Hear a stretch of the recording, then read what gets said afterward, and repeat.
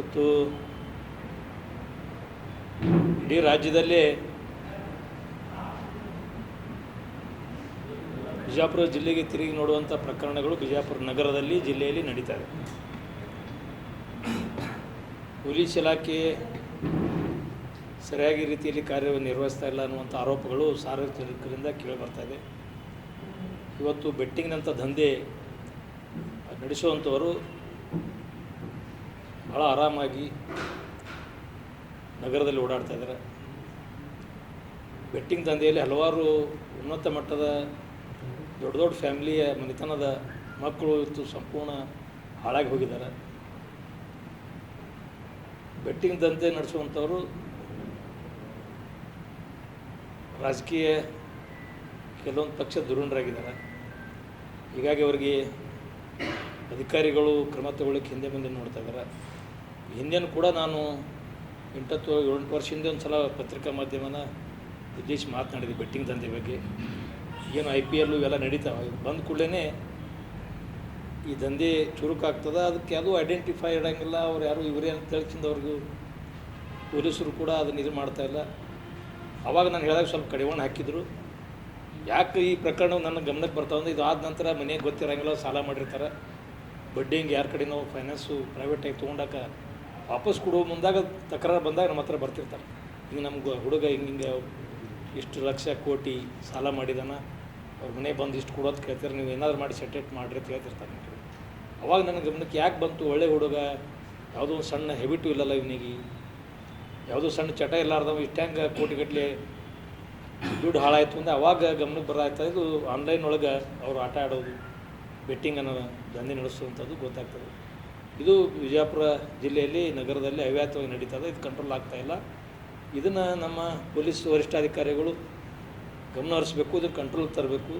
ಅವ್ರು ಯಾರಾದರ ಅವರು ಗುರುತಿಸಿ ದಂಧೆ ನಡೆಯುವಂಥವ್ರಿಗೆ ಗುಂಡಾ ಆ್ಯಕ್ಟು ಇಂಥದ್ರಲ್ಲಿ ಅವ್ರನ್ನ ಫಿಟ್ ಮಾಡಿ ಕ್ರಮ ತಗೋಬೇಕಂತ ನಾನು ಪೊಲೀಸ್ ಅಧಿಕಾರಿಗಳಿಗೆ ಒತ್ತಾಯ ಮಾಡ್ತೀನಿ ಮೊದಲೇದಾಗಿ.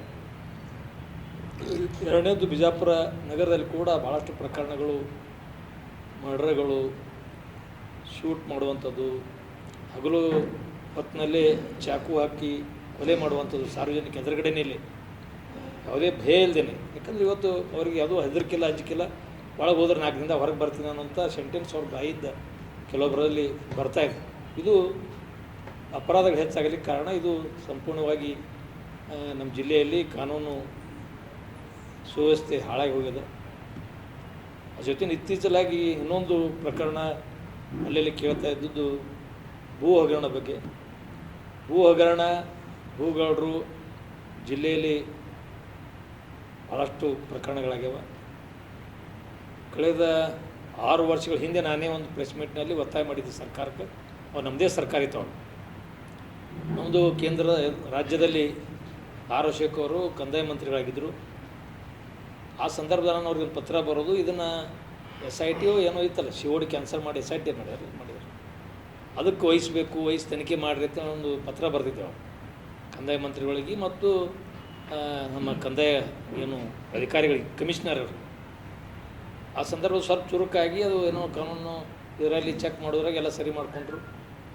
ಮತ್ತು ಅದೇ ನಡೀತಾ ಇದೆ, ಪ್ರಕರಣ ಮೇಲೆ ಪ್ರಕರಣಗಳು. ಜೊತೆಗೆ ಇವತ್ತು ಮಲ್ಕೊಂಡು ಎದ್ದು ನೋಡೋದ್ರಾಗೆ ನಮ್ಮ ಆಸ್ತಿ ಇರ್ತದಿಲ್ಲೋ ಅನ್ನುವಂಥ ಆತಂಕ ಸೃಷ್ಟಿ ಬಿಜಾಪುರ ಜಿಲ್ಲೆ ನಗರದಲ್ಲಿ ಆಗಿದೆ.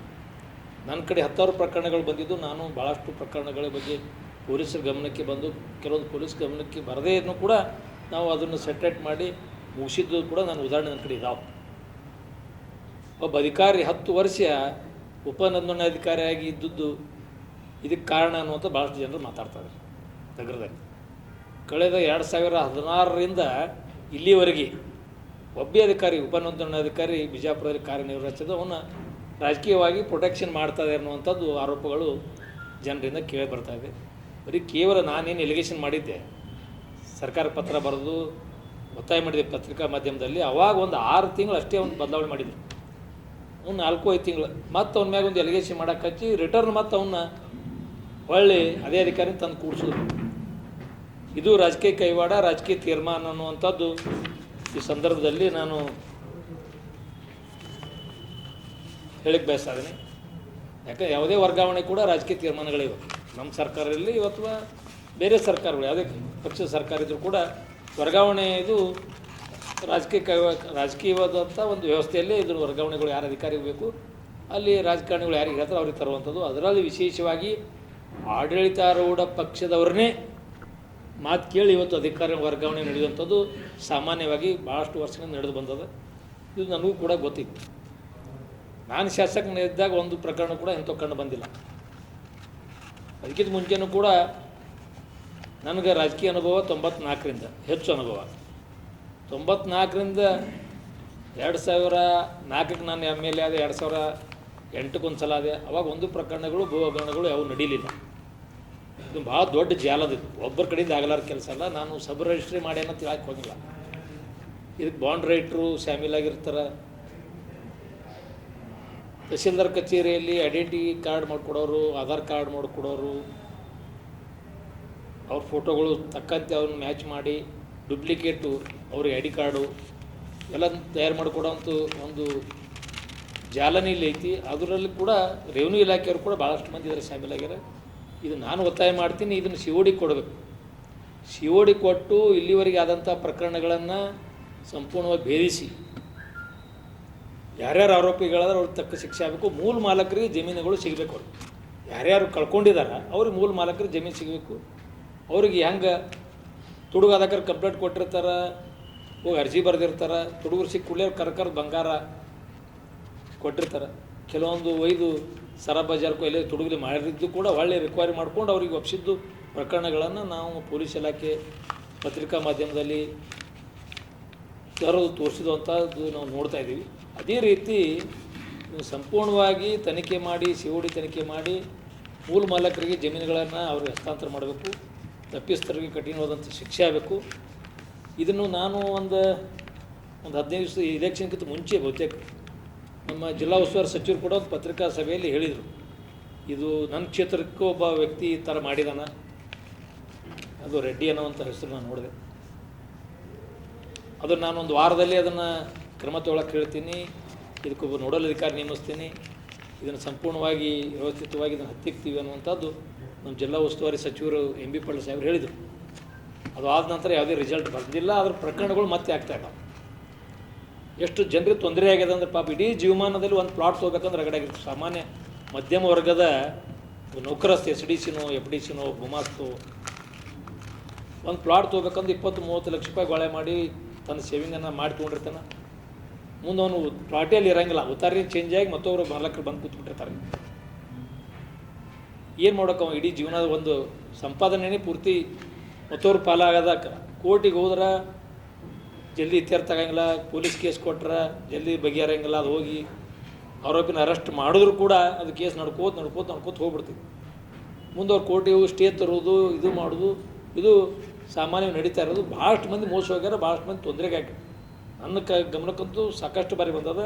ನಾನು 2000 ಹೊತ್ತಿಗೆ ನನಗೆ ಡೇಟ್ ನೆನಪು ಬರಾತಿಲ್ಲ. ಅವಾಗ ನಾನು ಒತ್ತಾಯ ಮಾಡೋಕ್ಕೆ ಸ್ವಲ್ಪ ಚೇಂಜ್ ಆಗಿತ್ತು. ಅವಾಗ ಸಬ್ ರಿಜಿಸ್ಟ್ರಿ ಚೇಂಜ್ ಮಾಡಿದ್ರು. ಬಂದು ಇಲಾಖೆ ಆಫೀಸ್ನಾಗ ಸ್ವಲ್ಪ ಸ್ವಚ್ಛ ಆಗಿತ್ತು. ಭಾಳ ಮಂದಿ ಹೇಳಿದ್ರು, ಭಾಳ ಒಳ್ಳೆ ಕೆಲಸ ಮಾಡಿರಿ ಅನ್ನುವಂಥದ್ದು ಮಾತುಗಳು ಆ ಸಂದರ್ಭದಲ್ಲಿ ಬಂದಿದ್ರು. ಅವಾಗ ನಾನು ಮಾಡಿದ್ದೆ ಉಪನೋಂದಣಾಧಿಕಾರಿಗಳ ಕಚೇರಿ ಭ್ರಷ್ಟಾಚಾರ ಅಂತನ್ನುವಂಥ ಆರೋಪವನ್ನು ಆ ಸಂದರ್ಭದಲ್ಲಿ ನಾನು ಪತ್ರಿಕಾ ಸಭೆಯಲ್ಲಿ ಮಾಡಿದ್ದೆ. ಈಗ ಅದು ಹುಡುಕಾಡಾದಿ ಜರಕ್ಕೆ ಸಿಗಾಗಿದ್ದವು. ಮನೆ ಎಲ್ಲ ನಮ್ಮ ಮನೆಯಾಗಿ ಡಿಸ್ಕ್ಲೋಸ್ ಮಾಡೋ ಮುಂದೆ ಕೆಲವೊಂದು ಪೇಪರ್ಸ್ ಹಾಳಾಗಿ ಹೋಗ್ಯಾವ. ಅದಕ್ಕೆ ಅವು ಇವತ್ತು ಸ್ವಲ್ಪ ಅಲ್ಲೆಲ್ಲಿ ನಾವು ಹುಡುಕದಕ್ರೆ COD ತನಿಖೆ ನಡೆಸಲು CMಗೆ ಮನೆ ಕೊಟ್ಟಿದ್ದೆ ನಾನು.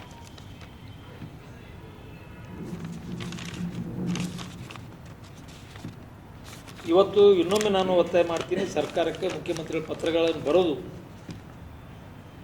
ಮಾನ್ಯ ಕಂದಾಯ ಸಚಿವರು ಕೂಡ ಯುವಕರಿದ್ದಾರೆ, ಅನುಭವಿಗಳಿದ್ದಾರೆ. ಅವರು ಭಾಳಷ್ಟು ಟ್ಯಾಲೆಂಟ್ ಇದೆ ಅವರಲ್ಲಿ, ಒಳ್ಳೆಯ ಉತ್ತಮವಾದಂಥ ಒಂದು ಅನುಭವದಿಂದ ಅವರು ಈ ಕಂದಾಯ ಇಲಾಖೆನ ಕಂಟ್ರೋಲ್ ಮಾಡುವಂಥ ಒಂದು ಪ್ರಯತ್ನವನ್ನು ಮಾಡ್ತಾರೆ. ರಿಜಿಸ್ಟ್ರೇಷನ್ನು ಅವು ಇವೆಲ್ಲ ಕೆಲವೊಂದು ಇದು ಮಾಡಿದ್ದಾರೆ.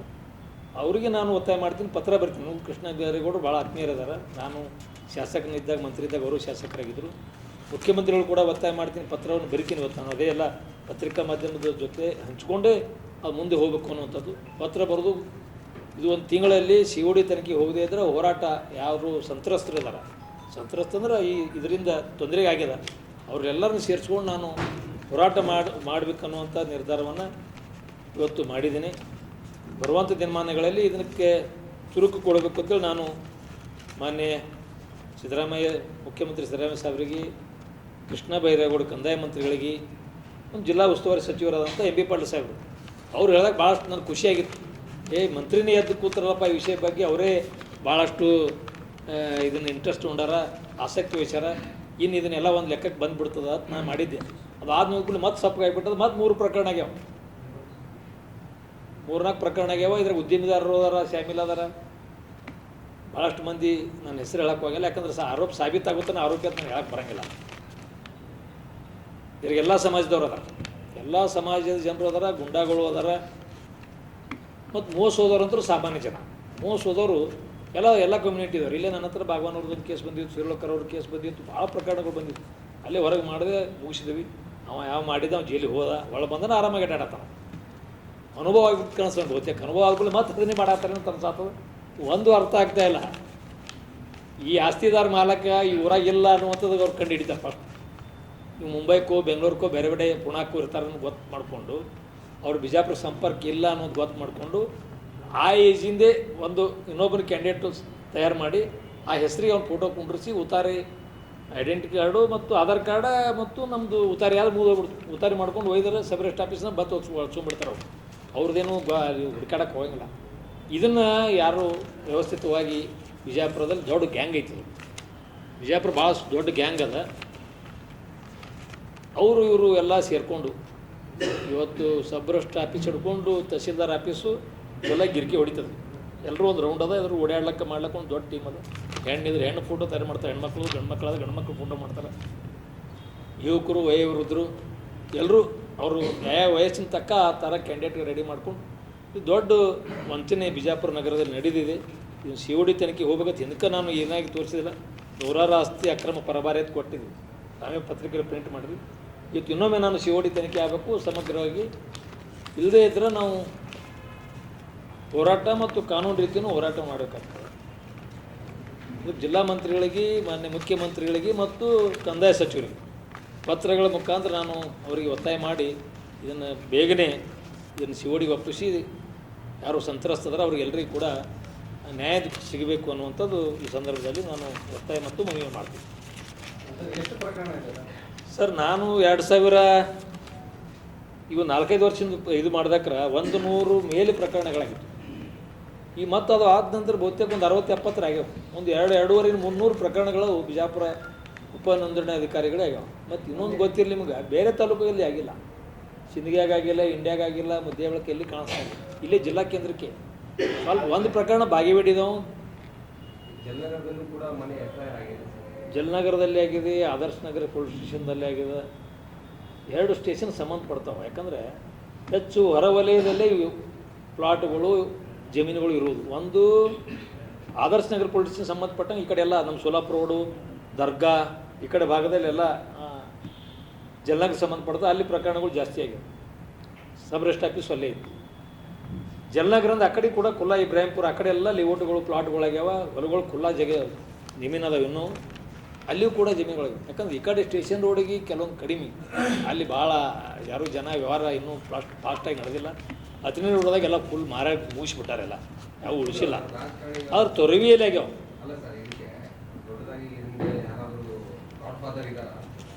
ಗಾಡ್ ಫಾದರ್ ಇದಾರತ್ ನಾನು ಖಚಿತವಾಗಿ ಹೇಳೋಕ್ಕಾಗಲ್ಲ. ಯಾಕೆ ಹೇಳೋಕ್ಕಾಗಲ್ಲ ಅಂದ್ರೆ ಒಂದು ಅವ್ಯಾತವಾಗಿ ನಡೀತದೆ. ಯಾಕಂದರೆ ಅವ್ರಿಗೆ ಹೆದರಿಕೆನೇ ಇಲ್ಲ, ಕಾನೂನು ಹೆದರಿಕೆ ಬೇಕಲ್ಲ.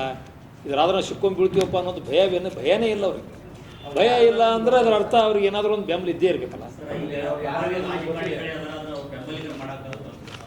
ಇರ್ಬೋದು ಏನು. ನಾನು ಯಾರು ಇದರಲ್ಲಿ ಶಾಮೀಲಾಗಿದ್ರೆ ಪ್ರತಿಯೊಬ್ಬರ ಮೇಲೆ ಕ್ರಮ ತಗೋಬೇಕು, ಕಠಿಣವಾದಂಥದ್ದು.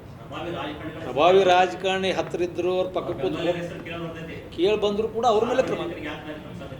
ಸಾರ್ವಜನಿಕರಿಗೆ ದಾರಿಯು ತಪ್ಪಿಸುವಂಥ ಕೆಲಸ ನಾನು ಮಾಡಿಲ್ಲ, ಎಂದಕ್ಕೂ ಮಾಡಿಲ್ಲ, ಈಗೂ ಮಾಡ್ತಾ ಇಲ್ಲ. ಒಂದು ಗೊತ್ತಿರಲಿ ನಿಮಗೆ, ಇದು ಒಬ್ಬರಿಂದ ಆಗುವಂಥ ಕೆಲಸ ಅಲ್ಲ. ನಾನು ಹೇಳಿದೆಲ್ಲ, ಒಂದು ID ಕಾರ್ಡ್ ರೆಡಿ ಮಾಡಬೇಕು.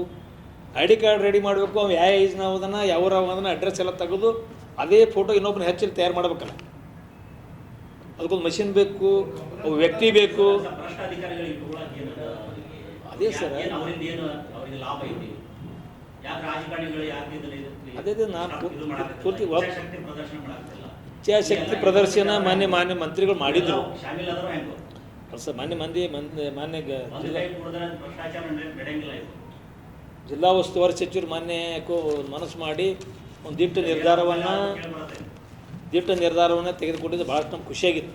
ನನಗೊಬ್ಬನಿಗೆಲ್ಲ ಭಾಳಷ್ಟು ಏನು ಯಾರ್ಯಾರು ಇದರಿಂದ ಸಫರ್ ಆಗಿದ್ರು ಎಲ್ಲರೂ ಕೂಡ ಮಂತ್ರಿಗಳೇ ಅದನ್ನು ಸ್ಟ್ರಿಕ್ಟಾಗಿ ತೊಗೊಂಡಾರ. ಇನ್ನೆಲ್ಲ ಏನದ ಒಟ್ಟು ಹೊರಗೆ ಬರ್ತದಪ್ಪ ಅಂತ ನಾವು ಭಾಳಷ್ಟು ಅದಕ್ಕೆ ನಾನು ಮಂತ್ರಿಗಳಿಗೆ ಮತ್ತು ಮುಖ್ಯಮಂತ್ರಿ ಯಾಕೆ ಒತ್ತಾಯ ಮಾಡತ್ತೀನಿ ಅಂದರೆ ಈ ಸಿ ಒ ಡಿಯಿಂದ ಆಗಬೇಕಿದು ನಿಷ್ಪಕ್ಷಪಾತವಾಗಿ ತನಿಖೆ ಆಗಬೇಕಂದ್ರೆ ಸಿ ಒ ಡಿನೇ ಇದನ್ನು ವಹಿಸಿದ್ರೆ ಮಾತ್ರ ಸರಿಯಾದ ರೀತಿಯಲ್ಲಿ ಇದನ್ನು ಜಾಲಾಡ್ಸೋಕ್ಕೆ ಸಾಧ್ಯ ಇದೆ. ಯಾಕಂದರೆ ಇವತ್ತು ರಾಜಕಾರಣಿಗಳು ಇರಲಿ ಅಥವಾ ಬೆಂಬಲಿಗಿರಲಿ ಅವರು ಏನೋ ಪ್ರಭಾವಿ ವ್ಯಕ್ತಿಗಳಾಗಿರಲಿ ಯಾರೇ ಇರಲಿ ಎಲ್ಲರ ಮೇಲೆ ಮನೆ ನೋಡ್ರಿ ರೇವಣ್ಣ ಅವ್ರ ಮೇಲೆ ಪ್ರಕರಣ ಆದಾಗ ಅವ್ರನ್ನ ಅರೆಸ್ಟ್ ಮಾಡಿದ್ರು.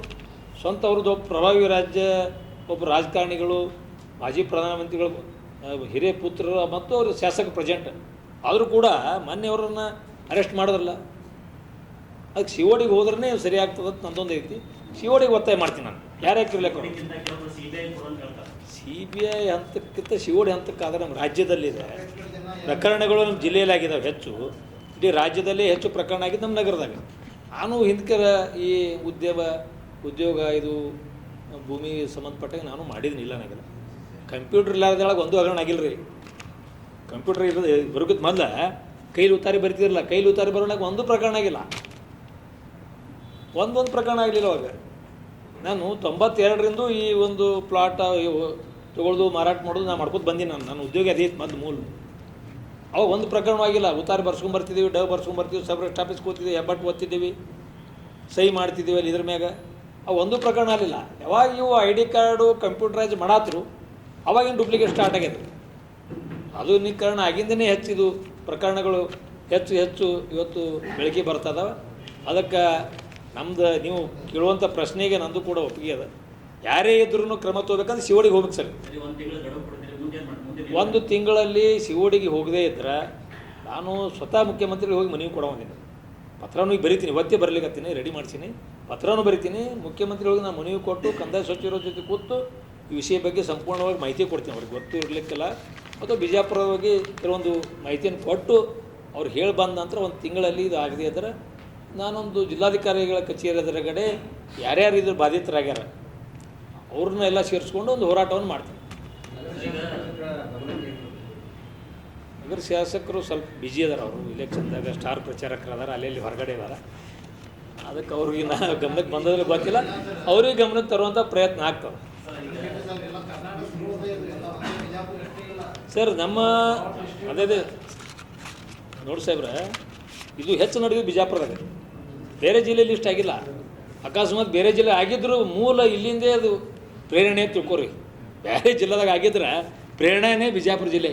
ಈ ದಂಧೆ ಸರ್ ನಂಬರ್ ಆಫ್ ಕೇಸಸ್ 100 ಮೇಲೆ ಆಗಿದ್ದವ ಸರ್. ಭಾಳ ಮಂದಿ ಕೇಸ್ ಮಾಡ್ಯಾರ.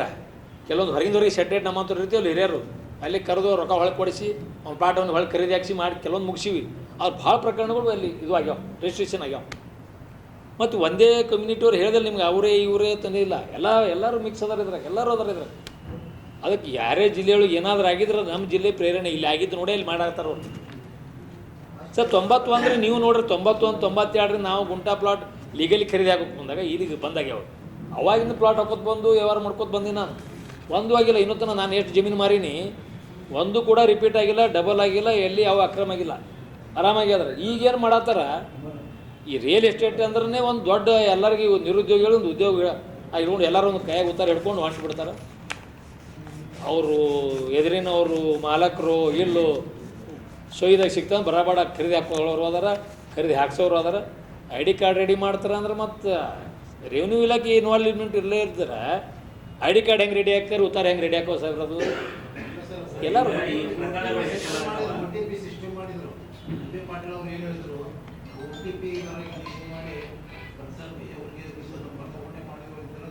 ಸರ್ ಹೇಳ್ಯಾರ. ನಾನು ಮತ್ತೆ ಅದನ್ನೇ ತೆಗೆದು ಓದ್ದೆ ಪೇಪರ್ದಾಗ. ಅವ್ರು ಏನು ಹೇಳ್ಯಾರ ಸ್ಟೇಟ್ಮೆಂಟ್ ನೋಡಿದೆ.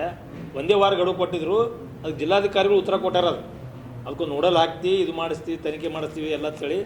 ಅದ್ರ ಮುಂದೆ ಇಲೆಕ್ಷನ್ ಬಿಜಿಯಾಗಿ ಬಿಟ್ಟಾರ ಗೊತ್ತಿಲ್ಲ. ಅದು ನೆನಪು ಮಾಡುವಂಥ ಕರ್ತವ್ಯ ನಮ್ಮದು. ಸಾರ್ವಜನಿಕರ ಪರವಾಗಿ ನೊಂದಿತರ ಪರವಾಗಿ ಧ್ವನಿಯಾಗಿ ನಾವು ಮಾತಾಡಬೇಕು ಅನ್ನೋಂಥದ್ದು ಕರ್ತವ್ಯ ರಾಜಕಾರಣಿಗಳು ಸಮಾಜ ಸೇವೆಯಿಂದ ಜಿಲ್ಲಾ ಉಸ್ತುವಾರಿ ಜಿಲ್ಲಾಡಳಿತ ಪೊಲೀಸ್ ಇಲಾಖೆ ವಿಫಲ ಆಗ್ಯದ ಹೇಳಂಗೆ ಕೇಳಕ್ಕಿಂತ ಹೆಚ್ಚು ಇದನ್ನು ಗಮನ ಹೆಚ್ಚಿಗೆ ಹರಿಸ್ಬೇಕು. ಈಗಾಗಲೇ ಅವರು ಮಾನ್ಯ ಸಚಿವರ ಗಮನಕ್ಕೆ ಬಂದದ್ದು. ಸಚಿವರ ಗಮನಕ್ಕೆ ಬಂದ ನಂತರ ಜಿಲ್ಲಾಧಿಕಾರಿಗಳು ಮತ್ತು ಪೊಲೀಸ್ ವರಿಷ್ಠಾಧಿಕಾರಿಗಳು ಇಬ್ಬರು ಕೂಡ ಹೇಳಿಕೆಯನ್ನು ಕೊಟ್ಟಿದ್ದಾರೆ. ಅದ್ರ ಬಗ್ಗೆ ಹೇಳಿಕೆ ಕೊಟ್ಟಾರ. ಅದನ್ನು ಇಲೆಕ್ಷನ್ ಮುಗಿದದ, ಶಾಂತ ಆಗ್ಯದ, ಎಲ್ಲ ಕೆಲಸ ಮುಗಿದಾವ. ಏನಾರೇ ಸ್ಪೀಡ್ ಮಾಡಿ ಅದನ್ನೆಲ್ಲ ಹುಡುಕಾಡಿಸ್ರಿ. ಇನ್ನು ನಾವಂತರೂ ಶಿವೋಡಿಗೆ ಹೋಗ್ತೀವಿ. ಹೋಗುತ್ತೆ ಹೆಚ್ಚಿನ ನಾವು ಸರ್ಕಾರಕ್ಕೆ ಮನವಿ ಕೊಡ್ತೀವಿ, ಶಿವೋಡಿಯಿಂದ ತನಿಖೆ ಮಾಡಿಸ್ತೀವಿ. ಅವಾಗಾರ ಗೊತ್ತಾಗ್ತದಲ್ಲ, ಏನು ಮುಂದೆ ಹೋರಾಟ ಇದ್ದೇ ಇರ್ತದಲ್ಲ ನಮ್ಮದು. ಆಮೇಲೆ ನೋಡ್ತೀವಿ CBI ಇದೊಂದು ಮುಗಿದ ಮ್ಯಾಗ. ಹಾಂ, ಎರಡು ಆನ್ಲೈನು ಅದರ, ಬಿಜಾಪುರದ ಬುಕ್ಕಿಗಳು ಅದರ. ಅವ್ರ ಹೆಸರೇ ಕರೀತಾರೆ ಬುಕ್ಕಿ ಅಂತ ಹೇಳಿ. ಹೇಳಂಗಿಲ್ಲ. ಈಗ ಪ್ರಸಂಗ ಬಂದಾಗ ಹೇಳ್ತೀನಿ, ಅವ ಯಾರಿಂದ ಇಮಾರಿ ಬುಕ್ಕಿ ಅತ್ತಾರ, ಅವ್ರ ನಿಕ್ನೇಮ್ ಆಗಿಬಿಟ್ಟದ ಬುಕ್ಕಿ ಅಂತ ಹೇಳಿ. ಅವ ಪೋಸ್ಟರ್ ಹಾಕೋತಾನವ ಈ ಎಲ್ಲ ಬರ್ತ್ಡೇಗಳು, ಈ ಲೀಡ್ರ್ಗಳದು. ಯಾರು ಏನ್ರಿ ಪೋಸ್ಟರ್ನ ಬುಕ್ಕಿ ಕಾಯ್ತಂದ್ರೆ ಎಲ್ಲ ಬುಕ್ಕಿದೆ ಫೋಟೋಗಳದ ಬಿಜಾಪುರ. ಆದ್ರೆ ಅವ್ರು ಅಷ್ಟು ಫೇಮಸ್ ಆಗಿಬಿಟ್ಟಾರ. ಬುಕ್ಕಿ ಅತ್ತಾರ ಅವ್ರಿಗೆ ಅವ್ರ ಹೆಸರಿಂದ.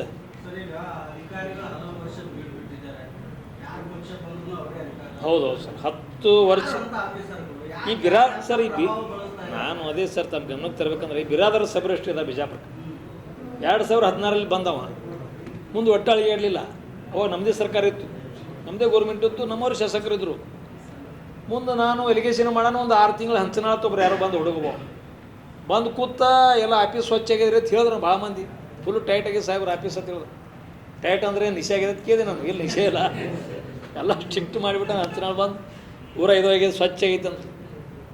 ಮುಂದೆ 2-3 ತಿಂಗಳು ನನಗೆ ಸಬ್ರೆಸ್ಟ್ ನಮ್ಮ ಮನೆಗೆ ಭೇಟಿ ಆಗಕ್ಕೆ ಬಂದ. ಯಾಕ್ರಿ ಅಂತ ನಾಳೆ ಏನಿದೆ, ಇಲ್ಲಿ ಸರ್ ಮತ್ತೆ ನಾನು ಟ್ರಾನ್ಸ್ಫರ್ ಮಾಡ್ಯಾರಿ ಅಂತಂದ್ರೆ. ಯಾಕ್ರಿ ಏನಿದೆ, ಯಾರೋ ಎಲಿಗೇಷನ್ ಮಾಡಿಸ್ಯಾರಿ, ನಾನು ಮತ್ತೆ ಕಿತ್ತಿದ್ರಿ ಇಲ್ಲಿ ಅಂದ. ಭಾಳ ನೋಡ್ತೀನಿ ಅದೇ ಬಿರೋದ್ರ ಬಂದು ಕೂತಾನೆ. ಮೊನ್ನೆ ಸಬ್ರೆಸ್ಟ್ ಆಫೀಸ್ಗೆ ಹೋದ ಸರ್, ಜಾತ್ರೆಗೆ ಹೋದಂಗಲ್ಲಿ ಅಷ್ಟು ಮಂದಿ ಜಾತ್ರೆ ಹಿಂಗೆ ಸೇರ್ಸ್ಕೋತ ಹೋಗಿಲ್ಲ. ನಂದೊಂದು ಯಾವುದೊಂದು ಪ್ಲಾಟ್ ಖರೀದಿ ಕೊಡೋದಿತ್ತು, ಹೋಗಿದ್ದೆ ಸಹಿ ಮಾಡೋಕೆ ಹೋಗಿದ್ದೆ. ಅವ ಸಬ್ರೆಸ್ಟ್ರ ಮಕ ಕೊಟ್ಟು ಮಾತಾಡೋಕ್ಕಾಗಲ್ಲ ಅವ್ನಿಗೆ ಯಾರಿಗೆ. ಆಮೇಲೆ ಮತ್ತೆ ಬಂದು ಅವ್ರಿಗೆ ಕೂತಾರ. ಮತ್ತೀಗ ಕಾಂಗ್ರೆಸ್ ಸರ್ಕಾರದ ಅವರೇ ಮುಂದುವರೆದಾರ. ಕನಿಷ್ಠ 9 ವರ್ಷ ಆಯ್ತು ನೋಡೋ ಇಲ್ಲಿ. 9 ವರ್ಷ ಬಹುತೇಕ ಒಬ್ಬ ಉಪನೋಂದಣಾಧಿಕಾರಿ ಇದ್ದದ್ದು ಇತಿಹಾಸದು. ಬಿಜಾಪುರ, ನಂಬಿಗೇರಿ, ಆಮೇಲೆ ಯಾರು ನಮ್ಮ ವಸ್ತ್ರದ, ಅದಕ್ಕಿಂತ ಮೊದಲು ಯರ್ನಾಳ, ಇವರೆಲ್ಲ ಸಬ್ರೆಸ್ಟ್ ಬೋರ್ಡ್ಗಳು ತೆಗೆದು ನೋಡಿದ್ರಲ್ಲಿ 9 ವರ್ಷ ಯಾವನೂ ಮಾಡಿಲ್ಲ. ಅಲ್ಲಿ 9 ವರ್ಷ ಇವನು ಇಲ್ಲೇ ಇಡಕ್ಕೆ ಏನು ಕಾರಣ, ಇದರಿಂದ ಯಾರು ಸಪೋರ್ಟ್ ಅದಾರ, ಇದಕ್ಕೆ ರಾಜಕೀಯ ಇಚ್ಛಾಶಕ್ತಿ ಯಾರ್ದೈತಿ ಅನ್ನುವಂಥದ್ದು ಈ ಸಂದರ್ಭದಲ್ಲಿ ನಾನು ಬರುವ ದಿನದಲ್ಲಿ ಅದನ್ನು ಬಹಿರಂಗಪಡಿಸ್ತೇನೆ.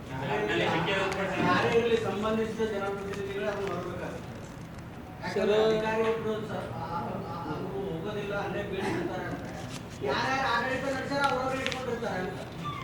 ಏನಿದು ನನಗೆ ಅನಿಸ್ತದೆ, ಆಡಳಿತ ಪಕ್ಷ ವಿರೋಧ ಪಕ್ಷವ್ರು ಕೂಡ ಇಟ್ಟಂಗೆ ಕಾಣಿಸ್ತಾರೆ. ಆಡಳಿತ ಪಕ್ಷ ವಿರೋಧ ಪಕ್ಷದವ್ರು ಕೂಡ ಇಟ್ಟಂಗೆ ಯಾಕಂದ್ರೆ ತಕರಾರು ಮಾಡೋರಿಲ್ಲಲ್ಲ. ಅಪ್ಪು ಪಟ್ಟಣಚೆಟ್ಟಿ ತಕರಾರು ಮಾಡೋದು, ಹೇಳೋದು, ಸ್ಟೇಟ್ಮೆಂಟ್ ಕೊಡೋದು, ಪ್ರೆಸ್ ಮೀಟ್ ಮಾಡೋದು, ಇದು ಒಂದು ಭಾಗ. ಆದ್ರೆ ಇಬ್ಬರು ಕೂಡಿ ಅವ್ನು ಇಟ್ಟಂಗೆ ಕಾಣಿಸ್ತಾರೆ ಬಹುತೇಕ. ಆ ಉಪನೋಂದಣಿ ಅವನು ಕೇಳಿದ್ರೆ ಅಂತಾರೆ, ನಾವು ಉತಾರಿ ನೋಡ್ತೀನಿ ರೀ, ಐಡಿ ನೋಡ್ತೀನಿ ರೀ, ಸಹಿ ತಂಬ ಓದ್ತಿರ್ತಾರೆ ಮಾಡಿ ಅಂತ ಹೇಳ್ತಾನೆ. ಅವನದು ಸ್ಟೇಟ್ಮೆಂಟ್ ಅವ ಹಂಗೆ ಹೇಳ್ತಾನೆ. ಬಟ್ ಇದು ರೆಡಿ ಮಾಡೋರು ಬೇಕಲ್ಲ, ಉತ್ತಾರ ರೆಡಿ ಮಾಡೋರು ಬೇಕು, ಆಧಾರ್ ಕಾರ್ಡ್ ರೆಡಿ ಮಾಡೋರು ಬೇಕು, ಆ ಆಸ್ತಿ ಸರ್ವೆ ನಂಬರ್ ಹುಡ್ಕ್ಯಾಡ್ಕೊಂಬರೋರು ಬೇಕು. ಅದಕ್ಕೆ ಮಕ್ಕೊಂಡು ಮುಂಜಾನೆ ಎದ್ದು ಹೊಡೆದ್ರಾಗ ಆಸ್ತಿ ಐತಿ ಇಲ್ಲೋ ಅಂತೇಳಿ ಬಿಜಾಪುರ ಜನ ಅಷ್ಟು ಆತಂಕದೊಳಗೆ ಅದಾರ. ಇದನ್ನು ನೆಮ್ಮದಿಯಿಂದ ಇರಬೇಕು ಅಂದ್ರೆ ಹಳೆ ಪ್ರಕರಣಗಳನ್ನೆಲ್ಲ ಹುಡುಕಿ ತೆಗಿಬೇಕು. ಅವೆಲ್ಲವೂ ಕೂಡ ಯಾರು ಮೂಲ ಮಾಲಕರಾದ್ರೆ ಅವ್ರಿಗೆ ವಾಪಸ್ರಿ, ತಪ್ಪು ಮಾಡಿದವ್ರಿಗೆ ಶಿಕ್ಷೆ ಕೊಡ್ರಿ. ಕಠಿಣವಾದಂಥ ನಿಮ್ಮ ಏನು ಕಲಂಗಳನ್ನು ಹಾಕಿ ಅವ್ರು ಸ್ವಲ್ಪ ದಿವಸ ಹೊರಗೆ ಬರಲಾರ್ದಂಗೆ. ಮತ್ತು ಒಳಗೆ ಅಲ್ಲ, ರೆಡ್ಡಿ ಒಂದು ಯಾವುದೋ ಹೆಸರು, ನಾನು ಎಂ ಬಿ ಪಾಳ್ರು ಒಂದು ಯಾವುದೋ ಒಂದು ಹೆಸರು. ಹಾಂ, ಎಂ ಬಿ ಪಾಳ್ರು ಹೇಳ್ಯಾರ ಸರ್.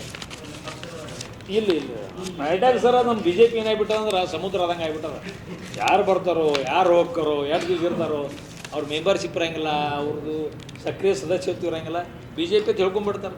ನಮ್ಮ ಮನೆ ಮುಂದೆ ನಿಂದರೋಲ್ಲರು BJP, ಈಜುಗೋಡು ಮನೆ ಮುಂದೆ ನಿಂದರೋಲ್ಲ BJP, ಬಸನಗೌಡ ಮನೆ ಮುಂದೆ ನಿಂದವರು BJP, ಎಂ ಬಿ ಪಾಳ್ರ ಮನೆ ಮುಂದಿರೋ ಎಲ್ಲರೂ ಕಾಂಗ್ರೆಸ್, ಶಿವಪಳ್ಳಿ ಮನೆ ಮುಂದಿರೋ ಕಾಂಗ್ರೆಸ್. ಹಿಂಗೆ ಆಗ್ಬಿಟ್ಟ ಸರ್. ಪಕ್ಷಕ್ಕೆ ಅವ್ರು ಏನಾದ್ರು ಬೇಕಲ್ಲ, ಅದಕ್ಕೊಂದು ಏನು ಸದಸ್ಯತ್ವ, ಸಕ್ರಿಯ ಸದಸ್ಯತ್ವ, ಪದಾಧಿಕಾರಿ ಏನಾದ್ರು ಬೇಕಲ್ಲ. ಅದು ಏನೂ ಇಲ್ಲ ಸರ್ ಅದು ಅದಕ್ಕೆ ಒಂದು ಯಾವುದು ರೆಡ್ಡಿ ಅಂತ ಹೆಸರು ಕೇಳೀನಿ ಸರ್ ನಾನು ಸರ್ ಬಾಲ್ ರೆಡ್ಡಿ ಕೊಡ್ತೀನಿ ಸರ್ ಹೇಳ್ತೀನಿ ಸರ್ ನಿಮ್ಗೆ ಆಮೇಲೆ ಅವ್ರು ಓದ್ಕೋತ ಬರಬೇಕಾಗ್ತಿತ್ತು ಓದಿಲ್ಲ ಅಂತ ಸ್ವಲ್ಪ ಲೇಟ್ ಆಯಿತು ಹಾಂ ಸರ್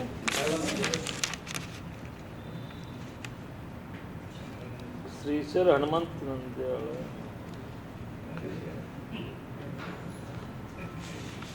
ಇಲ್ಲ ಹೇಳಿ ಸರ್ ಆಮೇಲೆ ಗೊತ್ತಾಗ್ತದೆ ನಿಮ್ಗೆ ಹೆಸರು ನಿಮ್ಮ ಸರಿ ಹಾಂ ಬಂದಿಲ್ಲ ರೀ ನಾನು ಹಂಗೆ ಹಾಕ್ಕೊಂಡ್ರಿ ರೀ ಚಸ್ಮಾ ಇಲ್ಲ ನಂಬರ್ ಇಲ್ಲ ಪ್ರದೀಪ ನಂಬರ್ ಬಂದಿಲ್ಲನ ಇಲ್ಲ ಅದಕ್ಕೆ ಸರ್ ಇದನ್ನು ಇನ್ನೊಮ್ಮೆ ನಾನು ನಿಮ್ಮ ಮುಖಾಂತರ ಅದನ್ನು ಒತ್ತಾಯ ಮಾಡ್ತೀನಿ. ಒಂದು ಗೊತ್ತಿರಲಿ ನಿಮಗೆ ಕೊನೆಯದಾಗಿ ನಾನು ಹೇಳುವಂಥದ್ದಂದ್ರೆ ಇದು ಇತ್ಯರ್ಥ ಆಗುವವರೆಗೆ ನಾನು ಬಿಡಂಗಿಲ್ಲ. ಇದು ಪೂರ್ತಿ ಅದೇನು ಜಮೀನು ಕಳ್ಕೊಂಡವರು ಪ್ಲಾಟ್ ಕಳ್ಕೊಂಡವ್ರು ಆದ್ರೆ ಅವ್ರ ನ್ಯಾಯ ಸಿಗುವವರೆಗೆ ನಾನು ಹೋರಾಟ ಮಾಡ್ತೀನಿ. ಇದು ಇಷ್ಟಕ್ಕೆ ಕೈ ಬಿಡುವಂಥದ್ದಲ್ಲ. ಅವರವ್ರ ಜಮೀನು ಅವ್ರು ಪಡೆಯುವವರೆಗೆ ಮತ್ತು ಅವರವರು ಮಾಲಕರಿಗೆ ಮೂಲ ಆಸ್ತಿದಾರಿಗೆ ಸಿಗುವವರೆಗೆ ಕೂಡ ಎಲ್ಲ ಹಂತದ ಹೋರಾಟಗಳನ್ನು ಮಾಡಲಿಕ್ಕೆ ನಾನು ಸಿದ್ಧತೆಯನ್ನು ಮಾಡ್ಕೊಂಡಿದ್ದೀನಿ. ನಾನು ತಯಾರಾದೀನಿ.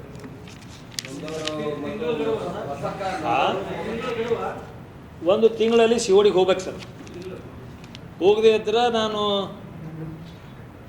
ಜಿಲ್ಲಾಧಿಕಾರಿ ಕಚೇರಿ ಎದುರುಗಡೆ ಧರಣಿ ಮತ್ತು ಸತ್ಯಾಗ್ರಹವನ್ನು ಹೂಡ್ತೀನಿ. ಅವ್ರಿಗೇನ್ರಿ ಆತಂಕಿತ್ತು, ಗುಂಡಾಗೋಳದಿಂದ ಬೆದರಿಕೆ ಧಮಕಿಗಳು ಬರ್ತಿದ್ದು ಅಂದರೂ ಕೂಡ ಅವರು ಯಾರ್ದು ಹೆಸರನ್ನು ಹೊರಗೆ ತೆಗೆಯಂಗಿಲ್ಲ. ಅವ್ರು ಬಂದು ನನ್ನ ಸಂಪರ್ಕ ಮಾಡಬಹುದು, ನನಗೆ ಫೋನ್ ಹಚ್ಚಿ ಅಥವಾ ನಮ್ಮ ಯಾರಾದರೂ ನಮ್ಮ ಸ್ನೇಹಿತರ ಮುಖಾಂತರ ಬಂದು ಭೇಟಿ ಆದರೂ ಹೆಸರು ಬಹಿರಂಗ ಪಡಿಸಂಗಿಲ್ಲ. ಆದ್ರೆ ನನಗೂ ಒಂದು ಸ್ವಲ್ಪ ಮಾಹಿತಿ ಬೇಕು, ಯಾರ್ಯಾರಿಗೆ ಆಗ್ಯದ. ನಾಳೆ ಪೊಲೀಸ್ ಯಾರು ಬಿಟ್ಟು ಮತ್ತು ಯಾರಿಗೆ ಹೋಗ್ತಾನೆ ಏನು ಮಾಡೋಕ್ಕಾಗಲ್ಲ. ಮತ್ತು ಕೆಲವರು ರಿಜಿಸ್ಟ್ರೇ ಮಾಡಿಲ್ಲ ಸರ್, ಅಂಜಿ ಕೇಸ್ ರಿಜಿಸ್ಟ್ರ್ ಮಾಡಿಲ್ಲ. ಕೆಲವು ಸರ್ಕಾರಿ ನೌಕರಸ್ಥರು ಕೆಲವು ಮಾಡಿಲ್ಲ, ಅದು ಕೆಲವರು ಮಾಡ್ಯಾರ. ನಿಮ್ಗೆ ಈಗ ರಿಟೈರ್ಡ್ ಆದ್ಮೇಲೆ ಈಗ ಹೇಳತ್ತಾರೆ. ಈಗ ನಮ್ಮಲ್ಲಿ ಕೆಲವು ರಿಟೈರ್ಡ್ ಆದ್ಮೇಲೆ ಪಟ್ಟಣ ಶೆಟ್ಟಿ ಇರ್ತಿದ್ರಲ್ಲ, ಅವ್ರ ಹೆಸರು ಹಾಕ್ಬೇಡ್ರಿ. ಅವ್ರು ರಿಟೈರ್ಡ್ ಆದ್ಮೇಲೆ ಹೇಳತ್ತಾರೆ ನನ್ನೊಂದು ಪ್ಲಾಟ್ ಮತ್ತೊಬ್ರು ಮಾರ್ಯಾರ ಸಾಹೇಬ್ರ ಈ ಸರ್ ನನ್ನ ಉತ್ತಾರಿಗಳು ಕರೆಕ್ಟ್ ಅದಾವ. ಹೌದು ರೀ.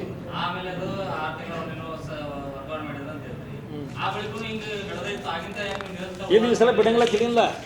ಅಲ್ಲಲ್ಲ, ಈಗ ನಾನೇನು ಹೇಳೇನ್ರಿ, ಈ ಯಾರ್ದು ಹಿತಾಸಕ್ತಿ ಇಲ್ಲ, ಯಾರ್ದು ಒತ್ತಾಯ ಇಲ್ಲ ನನಗೆ. ಸ್ವಲ್ಪ ನಾನು ರಾಜಕಾರಣದಾಗ ಸ್ವಲ್ಪ ಬಿಜಿ ಆದೆ. ಅವಾಗ ಬರೋಬ್ರು ಆಯಿತು, ಸಬ್ರೆಸ್ಟ್ ಚೇಂಜ್ ಹೆಚ್ಚು ಕಮ್ಮಿ ಆಗೋಣ ಆಗೈತೆ ಮಾಡಿದ್ದೆ. ಮತ್ತು ಬೇರೆ ಬೇರೆ ನೋಡಿಲ್ಲ, ನೀವು ಪ್ರೆಸ್ ಮೀಟ್ಗಳು ಮಾಡಿಲ್ಲ. ನಾನು ಟಿಕೆಟ ಹೋರಾಟ ಎಲೆಕ್ಷನ್ ಇದಿರಬೇಕು, ಆ ಕಡೆ ಸಾರ್ವಜನಿಕ ಕೆಲಸ ಪಕ್ಷದ ಕೆಲಸ ಮಾಡ್ಕೊತಿದ್ದೆ. ಆದರೆ ಈ ಸಲ ಮಾತ್ರ ಬಿಡಂಗಿಲ್ಲ. ಈ ಸಲ ಯಾವುದೇ ಹಂತಕ್ಕೆ ಹೋಗಿ ಮುಟ್ಟಲೇಕದು. ಯಾವುದೇ ಹಂತಕ್ಕೆ ಹೋಗಿ ಮುಟ್ಟರು ಕೂಡ ಅವ್ರಿಗೆಲ್ಲರಿಗೂ ಕೂಡ ನ್ಯಾಯ ಸಿಗುವವರೆಗೆ ನಾನು ಹೋರಾಟ ನಿಲ್ಸಂಗಿಲ್ಲ. ಆ ದಂಡಿಗೆ ಹಚ್ಚಿ ಬಿಡ್ತೀನಿ ಸರ್. ಸ್ವಲ್ಪ ನಾನು ಫ್ರೀಯಾಗಿ ಖಾಲಿ ಅದೀನಿ, ಏನು ಬೇರೆ ಪ್ರಕರಣ ಕೆಲಸ ಹಾಂ ಹೌದು ರೀ. ಇಲ್ಲ, ಅವರಿಗೆ ನಾನು ಗಮನಕ್ಕೆ ತರ್ತೀನಿ ಅಂತ ಹೇಳಿಲ್ಲ. ನಮ್ಮ ನಗರ ಶಾಸಕರ ಗಮನಕ್ಕೂ ಈ ವಿಷಯವನ್ನು ತಂದು ಅವರು ಬೇಕಾದ್ರೆ ವಿಧಾನಸೌಧ ಮಾತಾಡಲಿ ಹೋಗಿ ಶಾಸಕರು. ನಮ್ಮ ಪಾರ್ಟಿಯವರು ಅದಾರಲ್ಲ, ವಿರೋಧ ಪಕ್ಷದಾಗ ಅದಾರ. ವಿರೋಧ ಪಕ್ಷದ ನಾಯಕರಿಗಿಂತ ಹೆಚ್ಚು ಕೆಲಸ ಮಾಡತ್ತಾರೆ ಈ ಸದ್ಯ ವಿರೋಧ ಪಕ್ಷ. ಅದೇ ಹೇಳಿಲ್ಲ ಸರ್, ವಿರೋಧ ಪಕ್ಷ ಆಡಳಿತ ಪಕ್ಷ ಸೇರಿಯಾದ ಅನ್ಸಾದ ನನಗೆ. ಒಂದು ಗೊತ್ತಿಲ್ಲ ಸರ್, ಇದು ತಾಲೂಕಾ ಉಪ ನೋಂದಣಾ ಅಧಿಕಾರಿ, ಇದರಲ್ಲಿ 3 ಮಂದಿ ಶಾಸಕರು ಬರ್ತಾರೆ. ಒಂದು ಬಿಜಾಪುರ,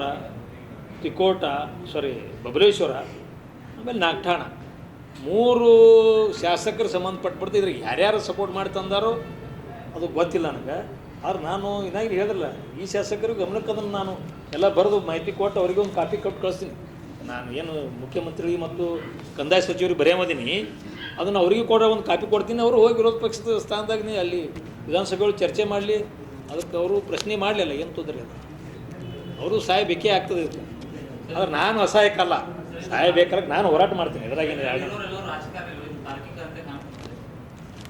ಯಾರಿಗ್ರಿ ಭೂಮಾಫಿಯಾದವ್ರು ಎಲ್ಲರಿಗೂ ಒಂದು ದಂಡಿಗೆ ಹಚ್ಚಿ ಬಿಡೋದು ಸಲ. ಅವ್ರನ್ನ ಪೂರ್ತಿ ಊಟ ಅಡಗಿಸಿ ಬಿಡೋದು. ಮೊದಲು ಹೆಂಗೆ ಕೈಲಿ ಬರ್ದಾಕ್ರ ಉತ್ತಾರಲ್ಲಿ ಯಾವ ಲಪಡ ಆಗ್ತಿದ್ದಿಲ್ಲ ಹಾಗೆ ಮಾಡೋತಾನೆ ಬಿಡೋದಿಲ್ಲ. ಇದಕ್ಕೆ ನೋಡತ್ರಿ ಇನ್ನೊಂದು 2-3 ಪ್ರೆಸ್ ಮೀಟ್ನಾಗ ಏನೇನು ಹಾಕೋದು ಗೊತ್ತಾಕ. ಒಂದು ತಿಂಗಳಾಗ ಮತ್ತೊಂದು ಈ ಹೋಗಿ ಬೆಂಗ್ಳೂರಿಗೆ ಹೋಗಿ ಬರ್ತೀನಿ. ಬೆಂಗಳೂರಿಗೆ ಹೋಗಿ ಸಿದ್ದರಾಮಯ್ಯ ಸಾಹೇಬ್ರ ಮನೆಗೆ ಕೊಟ್ಟು ಬಂದ್ಮ್ಯಾಗ ಮತ್ತೊಂದು ಸಲ ನಿಮ್ಮ ಜೊತೆ ಸೇರ್ತೀನಲ್ಲ, ಅವಾಗ ವಿಷಯಗಳನ್ನ ಹಂಚ್ಕೋತೀನಿ.